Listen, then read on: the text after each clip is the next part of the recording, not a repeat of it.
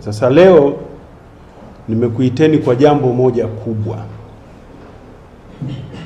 Serikali ya mkoa kwa kushirikiana na wadau mbalimbali tumeandaa kongamano na maonyesho makubwa ya madini.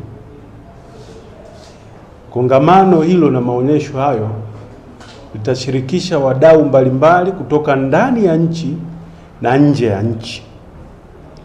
Lengo likiwa ni kutangaza fursa za sekta ya madini zilizopo katika mkoa wa Mara. Maonesho hayo yatafanyika kuanzia tarehe 3 hadi tarehe 6 mwezi huu wa 6 2025. Yatafanyika katika uwanja wa shule ya msingi Mkendo uliopo katika manispaa ya Msoma. Kongamano hili na maonesho haya litaendeshwa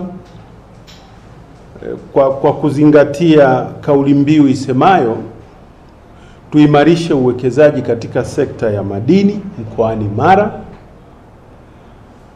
na tushiriki uchaguzi mkuu 2025 kwa ajili ya maendeleo ya taifa letu.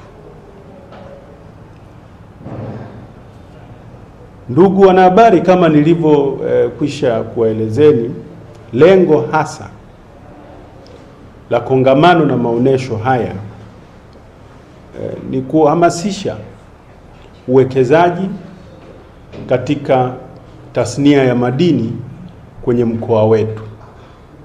Kama ambavyo nimekuwa nikieleza mara kwa mara, mkoa wa Mara ni miongoni mwa mikoa ambayo ina bahati kubwa ya kuwa na vivutio vya uwekezaji katika nyanja nyingi ikiwemo tasnia hii ya madini. Hadi tunavyozungumza,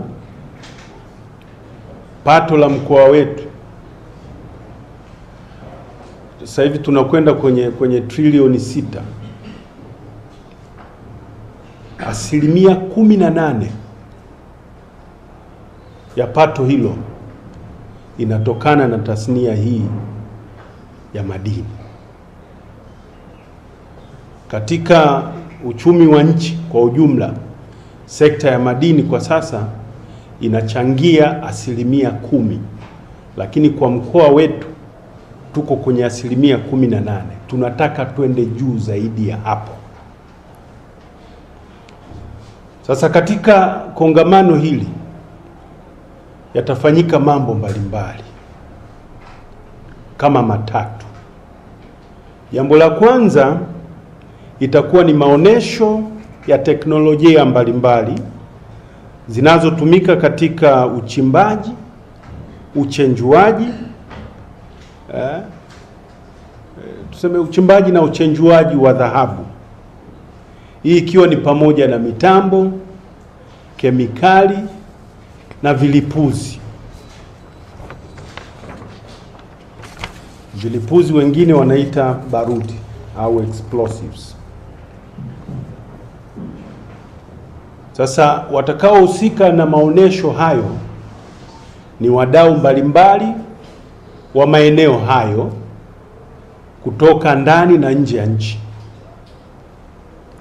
Jambo la pili litakalofanyika itakuwa ni mafunzo kwa ajili ya kuwajengea uwezo wachimbaji wadogo, artisanal miners.